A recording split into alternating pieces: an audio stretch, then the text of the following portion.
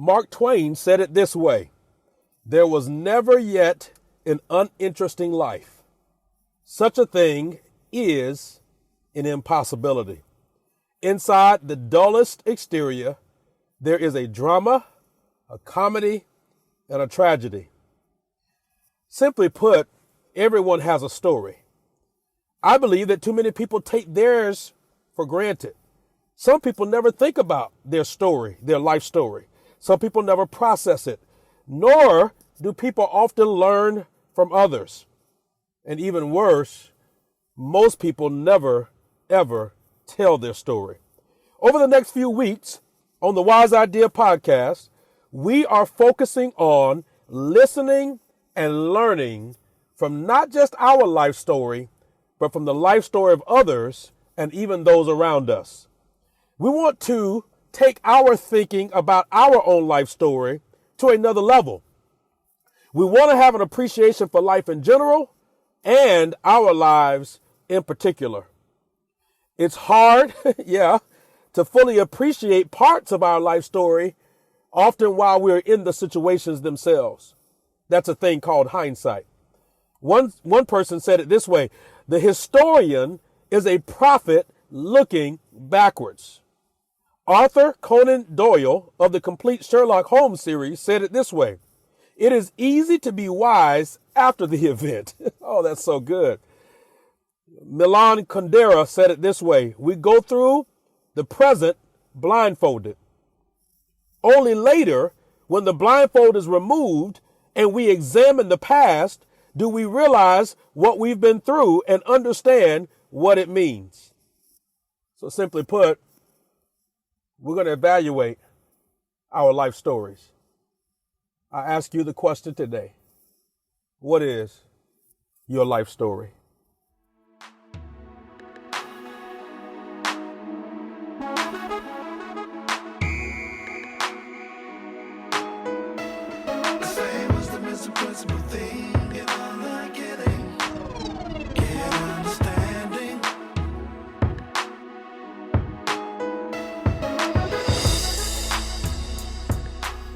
Welcome to the Wise Idea weekly podcast with Christopher J. Harris, focusing on life, leadership, family, marriage, and the church. We are providing tools for our inspiration and wisdom for life. Our goal is to inspire everyday people to live wise lives.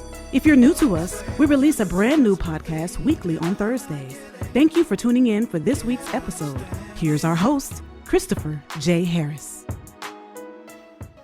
Hello, my friends. Welcome again to another episode of the Wise Idea Weekly podcast with Christopher J. Harris. And I'm so delighted to have you all tune in every single week to engage in dialogue and discussion around making life better. As a matter of fact, adding wisdom to your life makes your life better in every single area.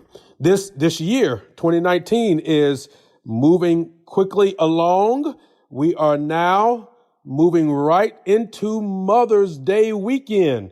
So let me take a moment and say happy Mother's Day to all the moms out there and all the mom figures. We are so very thankful for each one of you that have made sacrifices and have gone above and beyond the call of duty. Many of you all don't believe it's above and beyond. You believe it's just a mom's job, a mother's work. Someone said a mom's job is never done.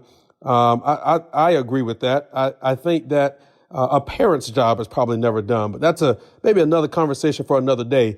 And so we'll just keep it solely focused on the moms. Happy Mother's Day to all the moms out there. We would also want to take a moment. Here in the United States, it is also graduation season. So there are many people who are graduating. We've got, of course, our elementary school kids that are graduating, kindergarten, going into elementary school. You've got fifth graders going into middle school. You've got seniors graduating from high school. You've got college graduates graduating from college. And we can't forget about our graduate students that are getting those advanced degrees on multiple levels and in multiple ways. Congratulations to all of you. It is a huge honor to be able to don the cap and gown and walk down the aisle with the pomp and circumstance. So congratulations to each one of you. Whatever the case may be, we are now in a series talking about life stories. And as I opened up last week and talked, and as you heard some in the intro, I am firmly convinced that everyone has a life story. I am not convinced that everyone understands the value of their unique life story, nor am I convinced that everyone appreciates their life story. They fully embrace it for what it is and for what it means, and they know how to make meaning of all of that. And so in this series, there's really 4 things that we want to convey to you, 4 ideas that we really, really want you to walk away from this series. Number 1, we want you to take some time to think through and think about your own life story. Think through some of the episodes of it and the plot of your life story and the narrative of it and some of the Salah moments and some of the situations that have stood out to you and some things that you may want to forget, but you may need to actually remember. Let's talk through all of that. Let's think through about those things. Number 2, we really, really, really, really want you to appreciate your story. There's close to 8 billion people on the planet, and everybody's life story is different and unique. There may be some commonalities, but everybody's life story is different and unique. And I believe that is what makes us who we are. That is what makes us great. That even though we may have some commonalities and some intersections with various people and circumstances in our lives, that all of our life stories are very, very unique and different. And yet, even with that, I believe that God in his infinite wisdom allows for our unique purpose and life story to be what it is. And yet, he still has an amazing purpose for our lives, a unique purpose for our lives that allows for us, God, to be inspirations for other people. And that's really important. We also, thirdly, want to give you opportunity to listen to other people's stories. And starting next week, we're going to do that. We're going to have some guests on over the next couple of weeks that will allow us to hear their life story, to give us some time to reflect on our own and to hear the challenges that they experienced and the triumphs that they experienced and some takeaways from each one of them. So we're going to listen to some other stories. But then fourthly and finally, we want everyone to get a wise idea about how others' stories could cause positive change in our own lives. We want to look at how can we learn from others. I don't believe that we actually have to make the mistake in order to learn the lesson. I think that we can see others make the mistake or others make the choice or others make the decision, and we can actually learn from that. Someone once said that that experience is the best teacher. And I agree with that, but that doesn't mean that I have to live the experience out myself. And so as we jump into this idea today, I believe that it is hard. As I said last week, I kind of jumped into this just a little bit, but today we're going to dig in a little bit deeper.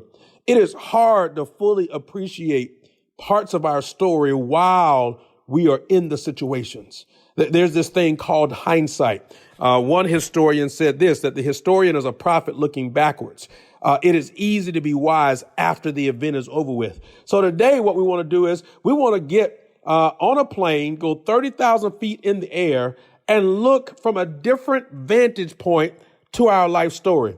And we're going to use literature to convey some pretty heavy ideas today. There is this thing in literature called the narrative arc. Another way to say it is the story arc.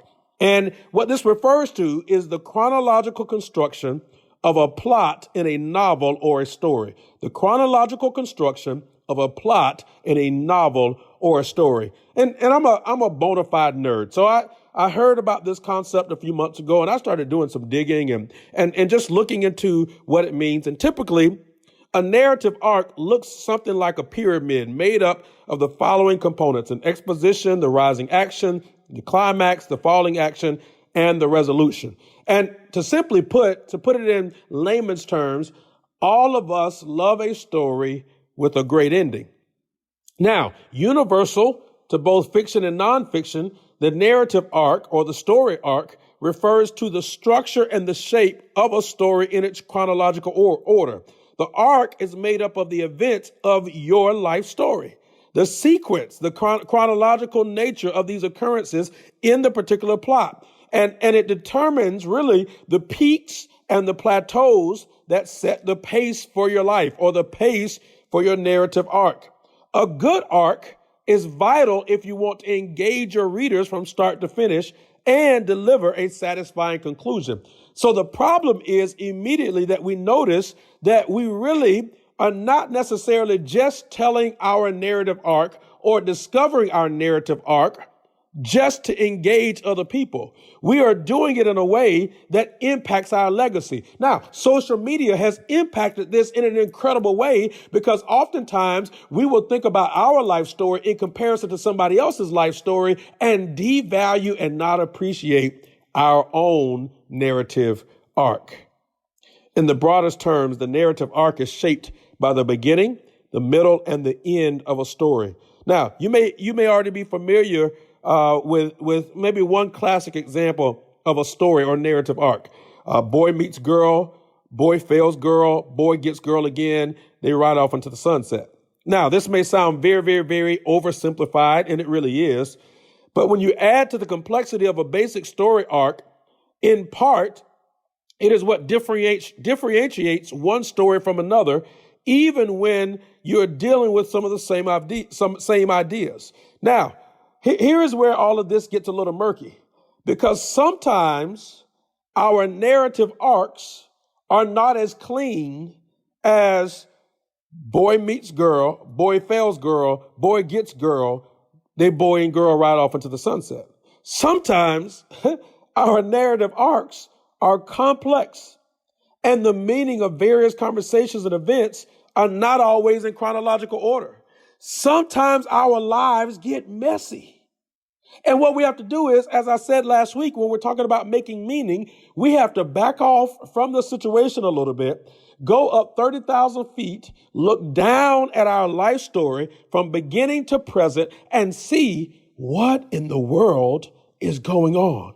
We have to take a moment when we start thinking about the messiness that life brings, rather than to dig into the minutia always and never back away and go 30,000 feet in the air. We often we get stuck in the mud, and then we get frustrated and we can't connect the dots. I think the second thing of why this matters is that really within the larger narrative arc or within the larger story, oftentimes there are smaller arcs or smaller stories within the larger story.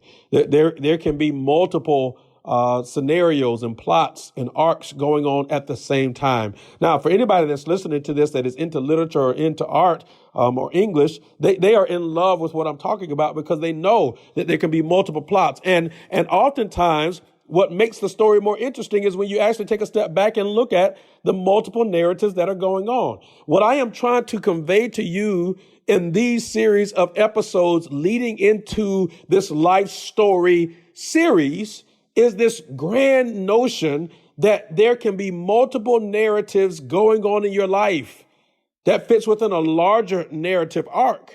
And you've got to find a way to make meaning out of all of that. Sometimes it's both bitter and sweet at the same time. Sometimes it is sunshine and rain at the same time. But you've got to find a way not to just try to put a spin on the rain. Oh, well, you can't get, the flowers without the rain. No, I'm not just trying to say that, have a pie in the sky mindset, even though optimism is the best approach. I am saying find out what is going on while it's raining and why it matters in your life for it to rain. And then connect that with the moments of sunshine and your mindset.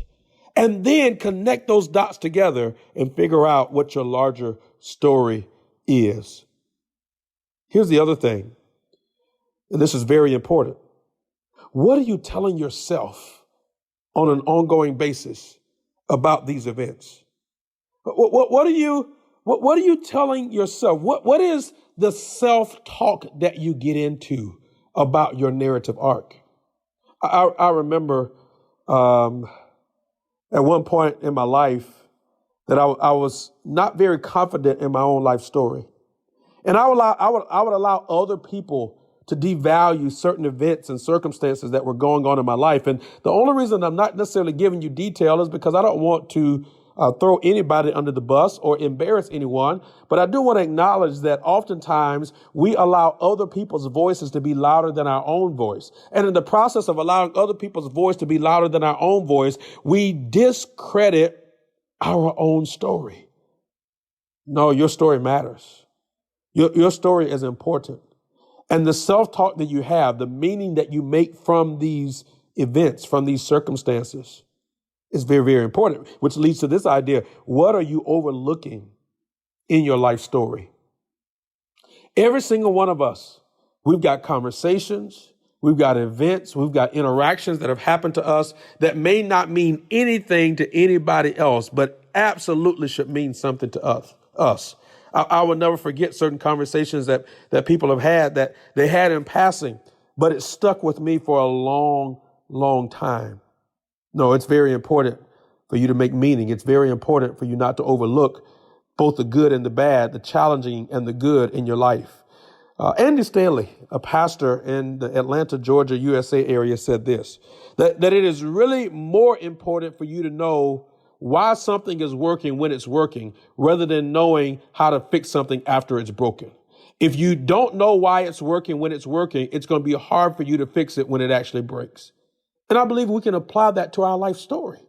When your life is going well, why is it going well? What is your mindset during the times when it's going well? Because it is in that scenario that helps to inform you better when things are not going well.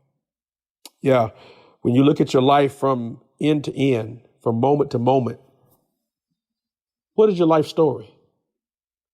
What does it mean? Are you pursuing purpose? That's really what these life story episodes are about. It's about allowing you to find alignment in your life. Those 10 questions that I told you to ask yourself last week as you reflect on your life story is all to get you to driving in your lane and then figuring out how to thrive in your lane. That's really what this series is about. This series is to let you know that in every narrative arc, there is some drama, there is some comedy, there is some tragedy. In every life arc, there is some sunshine, there is some rain. In every life arc, there are some roses and there are some thorns. In every life arc, there are new people coming into your life. There are people leaving your life, and you have to slow down enough. That is the great enemy of discovering your narrative arc, is moving too fast.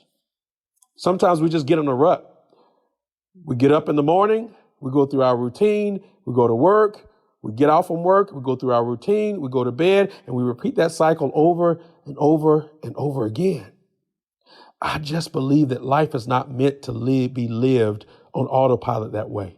I believe that every single day we ought to live our lives intentionally, that every single day we ought to make decisions that help us achieve purpose, that help us thrive in the thing that fuels us. And speaking of fuel, all of us are fueled in different ways, just like an automobile. Some automobiles use unleaded oil. Some automobiles use the advanced oil or whatever the case may be. Some automobiles thrive on diesel fuel. I'm saying to you as a human being that all of us are fueled by different things. And it is very important for us not to live on autopilot.